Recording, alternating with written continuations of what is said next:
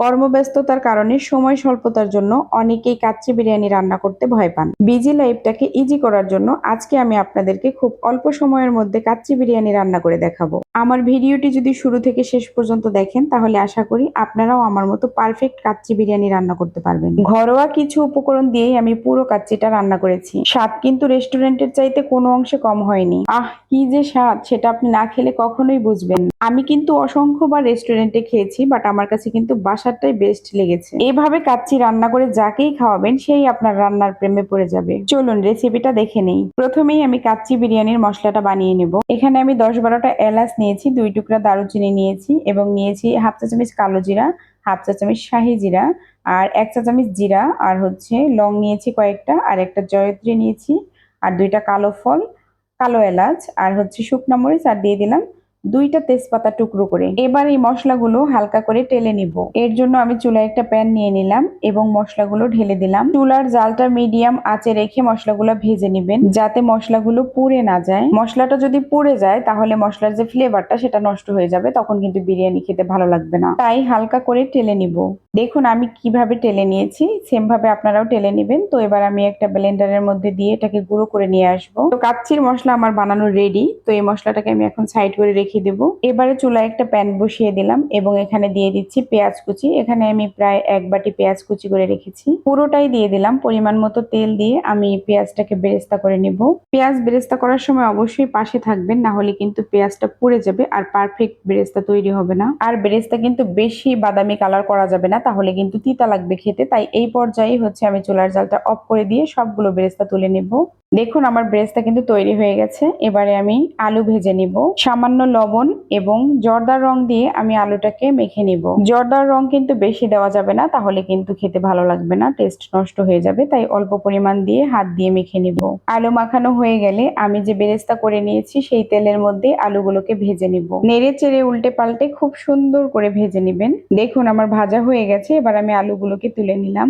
এখানে আমি 1 kilo mutton নিয়েছি। তো পিসগুলো কিন্তু মিডিয়াম সাইজের রেখেছি, একদম বেশি বড়ও না আবার ছোটও না। খুব সুন্দর করে ধুয়ে পানি ঝরিয়ে রেখে দিয়েছি। এবার এখানে দিয়ে দিলাম 1 চা চামচ রসুন বাটা, 1 চা চামচ আদা বাটা, তারপরে দিয়ে দিব 1 চা চামচ জিরে গুঁড়ো, 1 চা চামচ দিয়ে দিচ্ছি মরিচের গুঁড়া, 1 চা চামচ দিয়ে দিচ্ছি হলুদের গুঁড়া এবং হাফ চা চামচ দিয়ে দিচ্ছি কালো গোলমরিচের গুঁড়া, দিয়ে দিচ্ছি হাফ চা চামচ ধনিয়া গুঁড়া, আর আমি যে বিরিয়ানি মশলাটা করে রেখেছিলাম সেটা দিয়ে দিচ্ছি 1.5 চা চামচ। এবারে পরিমাণ মতো লবণ দিয়ে দিব। আর আমি যে পেঁয়াজ বেরেস্তা করে রেখেছিলাম সেই পেঁয়াজ বেরেস্তাও এখানে দিয়ে দিব অর্ধেকটা, আর বাকিটা রেখে দেব পরবর্তীতে দেওয়ার জন্য। পেঁয়াজ বেরেস্তা করা যে তেলটা রয়ে গেছিল সেই তেলটা আমি নষ্ট করলাম না, সেই তেলটা দিয়েই আমি এখন মশলাটা মেখে নিব। আমি এখানে 4-5 টেবিল চামচের মতো তেল দিয়ে দিয়েছি। এবার হাত দিয়ে খুব সুন্দর করে মেখে নিব। মশলাগুলো খুব সুন্দরভাবে মেখে নেবেন, যাতে মশলাগুলো মাংসের গায়ে সমানভাবে লেগে যায়। মাখানো হয়ে গেলে আমি 5 মিনিটের জন্য রেস্টে রেখে দেব। আপনারা চাইলে 10 মিনিটও রেস্টে রাখতে পারেন, বাট আমি 5 মিনিট পরেই এখানে টক দই দিয়ে দিলাম। টক দইটা আমি ফেটিয়ে নিয়েছি, আপনারাও টক দইটা ফেটিয়ে নেবেন। তারপর হাত দিয়ে আবার সুন্দর করে মেখে নেব। দেখুন আমার মাখানো হয়ে গেছে। কাচ্চিটা তাড়াতাড়ি রান্না করার জন্য আমি মাংসগুলো প্রেসার কুকারে দিয়ে দিব। প্রেসার কুকারে যদি আপনি মাংসটা সিদ্ধ করে নেন তাহলে দেখবেন আপনার কাচ্চি রান্না করার যে সময় সেই সময়টা কিন্তু অনেকটা বেঁচে যাবে। ভেজে রাখা আলুগুলোও দিয়ে দিলাম। মশলার বাটিটা ধুয়ে আমি সামান্য একটু পানিও দিয়ে দিয়েছি, যেটা আমি স্কিপ করে গেছি। এবারে দিয়ে দিলাম 2 টেবিল চামচ ঘি। ঘি দিলে মাংসের স্বাদটা অনেক গুণ বেড়ে যায়। এবার আমি চুলায় প্রেসার কুকারটা বসিয়ে দিলাম। প্রথমে ঢাকনাটা উপরে জাস্ট এমনি রেখে 2-3 মিনিট রান্না করে নেবেন। যখন এরকম বলক চলে আসবে তখন একটা খুন্তির সাহায্যে নেড়ে চেড়ে উল্টে পাল্টে দিবেন। এখন আমি এখানে আরো কিছুটা পানি দিয়ে দিব। পানির পরিমাণটা একটু বেশি করে দিবেন যাতে মাংসটা খুব সুন্দর করে সিদ্ধ হয়। এবারে প্রেসার কুকারের ঢাকনাটা লাগিয়ে আমি 3 থেকে 4টা সিটি দিয়ে নামিয়ে নিব। সাথে সাথেই ঢাকনাটা খুলবেন না, দমে রেখে দেবেন 10 মিনিট। এবার চালটা রান্না করে নেব। তার জন্য আমি এখানে পাতিলে পানি দিয়ে দিয়েছি। এবারে দিয়ে দিব সাদা এলাচ 4টা, আর লং দিয়ে দিলাম 4টা, শাহি জিরা দিয়ে দিলাম হাফ চা চামচ এবং 2 টুকরা দারুচিনি আর একটা তেজপাতা দিয়ে দিব। এখানে আরো অ্যাড করব 2 টেবিল চামচ সাদা তেল এবং পরিমাণ মতো লবণ, যেন ভাতের সাথে লবণটা ঠিক থাকে। আমি আগেই চালটা ধুয়ে 10 মিনিটের জন্য ভিজিয়ে রেখেছিলাম। তো এবারে আমি এই চালগুলো দিয়ে দিব। তো এখন আমি চালগুলো দিয়ে দিলাম। চালটা দেওয়া হয়ে গেলে একটা খুন্তির সাহায্যে খুব আলতো করে নেড়ে দিবেন, যেন চালগুলো ভেঙে না যায়। মিডিয়াম আঁচে রান্না করে নেবেন। ভাতটা যখন 80% হয়ে আসবে তখন আমি একটা ছাঁকনির সাহায্যে ভাতগুলোকে তুলে নেব। আমি এখন ছাঁকনির সাহায্যে তুলে নেব ভাতগুলো। আপনারা যে কোনো ছাঁকনি দিয়ে তুলে নিতে পারেন। আমি যে মাংসটা প্রেসার কুকারে সিটি দিয়ে রেখেছিলাম, এবার সেই ঢাকনাটা খুলে নিলাম। দেখুন কত সুন্দর রান্না হয়েছে। এবারে আমি একটা বাটি নিয়ে নিলাম এবং এখানে 4 টেবিল চামচ গুঁড়া দুধ দিয়ে দিয়েছি। এবার এখানে দিয়ে দিব গরম করে রাখা কিছু পরিমাণ লিকুইড দুধ। একটা চামচের সাহায্যে খুব সুন্দর করে মিশিয়ে নেবেন, যেন গুঁড়া দুধটা লিকুইড দুধের সাথে খুব সুন্দর করে মিশে যায়। মেশানো হয়ে গেলে আমি এখানে কিছু জাফরান দিয়ে দিব। এবার দুধের মিশ্রণটাকে সাইডে রেখে দিব। এবার কাচ্চি বিরিয়ানি রান্না করার জন্য আমি একটা প্যান নিয়ে নিয়েছি। রান্না করা মাংসটা দিয়ে দিলাম পুরোটাই। এবারে কিছু বেরেস্তা দিয়ে দিব উপর দিয়ে। প্রথমেই যে বিরিয়ানি মশলাটা করে রেখেছিলাম সেখান থেকে কিছুটা বিরিয়ানি মশলা আমি এখানে দিয়ে দিলাম। এবারে দিয়ে দিব রান্না করা রাইস গুলো। আপনারা কিন্তু দেখে বুঝতে পারছেন এটা কিন্তু সাধারণ চাল না, এটা কিন্তু বাসমতি চাল।